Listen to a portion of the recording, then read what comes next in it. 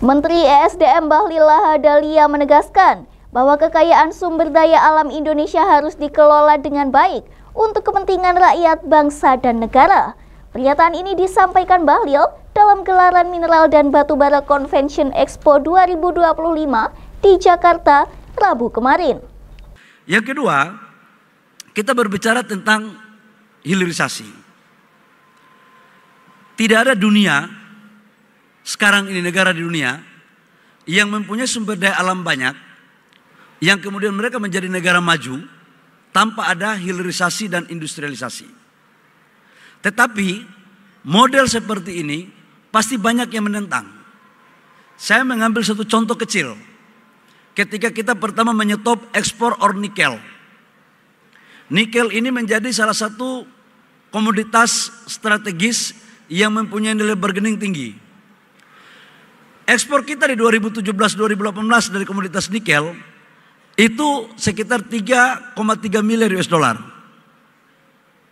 Kita menyetop ore nikel, kita menyetop ekspornya, kita bangun industrinya. 2023, 2024 total ekspor kita dari sektor nikel itu sudah mencapai 35 sampai 40 miliar US dollar. Naiknya 10 kali lipat lebih.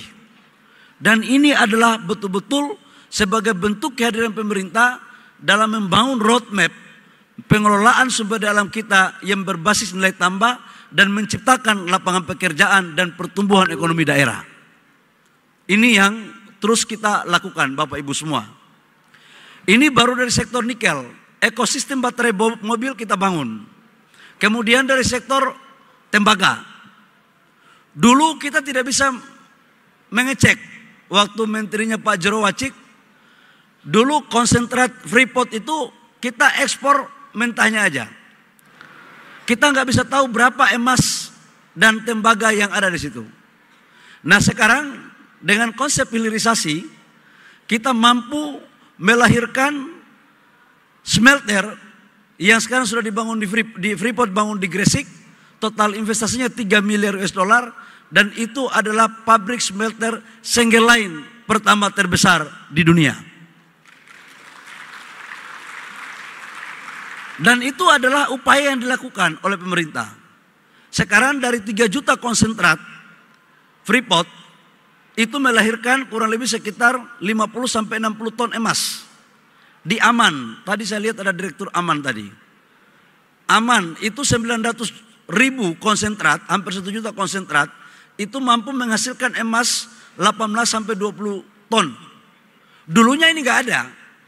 Inilah kekayaan kita yang harus kita kelola secara baik, Bapak Ibu semua.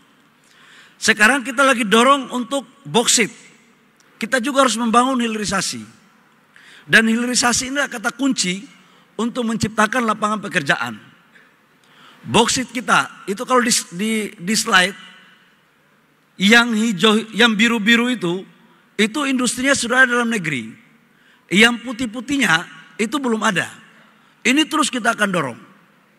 Dan percayalah Bapak Ibu semua, ketika Indonesia mulai menuju kepada jalur yang sudah direncanakan dengan baik, pasti ada yang tidak nyaman.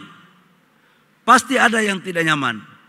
Baik dari kelompok luar maupun mungkin ada kelompok dari dalam. Tetapi untuk menjalankan arahan Bapak Presiden, sekali lagi saya katakan bahwa jangankan selangkah, sejengkal pun saya akan tidak mundur untuk menghadapi hal-hal yang seperti ini.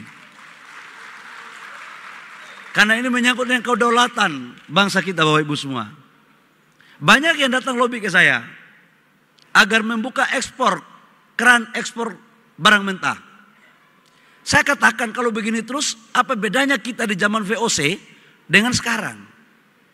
Dulu zaman VOC itu kan mengambil barang mentah kita, dibawa ke luar, mereka olah di luar, nilai tambahnya di luar, baru dibawa lagi ke dalam negeri ke kita. Kita ini sekolah sampai udah nggak tahu lagi sampai di mana gitu. Masa cara-cara lama mau dipakai lagi untuk sekarang? Saya katakan bahwa stop, kita harus masuk lembaran baru untuk kebaikan rakyat, bangsa dan negara. Ini Bapak Ibu semua, sudah nggak ada lagi pintu yang harus kita buka. Yang ada sekarang itulah kita butuh kolaborasi. Kita panggil semua teman-teman. Saya sebelum masuk menjadi menteri, saya juga adalah pengusaha.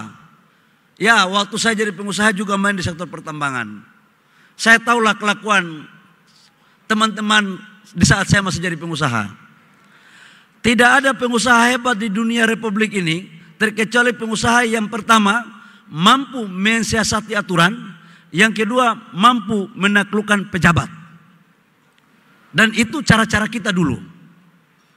Tapi saya mohon cara-cara lama kita harus tinggalkan untuk kebaikan rakyat, bangsa, dan negara. Dalam konteks penataan ini, untuk menyangkut dengan hilirisasi, kemarin kami sudah memutuskan ada sekitar 18-20 proyek yang kami serahkan kepada Danantara, yang total investasinya kurang lebih sekitar 38 miliar US dollar, dengan rupiahnya itu kurang lebih sekitar 618 triliun rupiah. Itu sudah kita kasih, dan ini mampu menciptakan lapangan pekerjaan yang cukup besar, hampir 300.000, dan itu di sektor langsung. Di sektor tidak langsungnya, dalam teori ekonomi dari Prof. Erani, sekjen saya sekarang, itu sudah mengatakan 3 kali sampai 4 kali lipat. Berarti ada 1 juta lebih. Dan ini adalah cara kehadiran negara untuk mendorong program agar bisa melakukan pemerataan pertumbuhan ekonomi di wilayah-wilayah. Ekonomi kita nggak boleh tumbuh di Jakarta, harus di daerah. Caranya apa? Hilirisasi.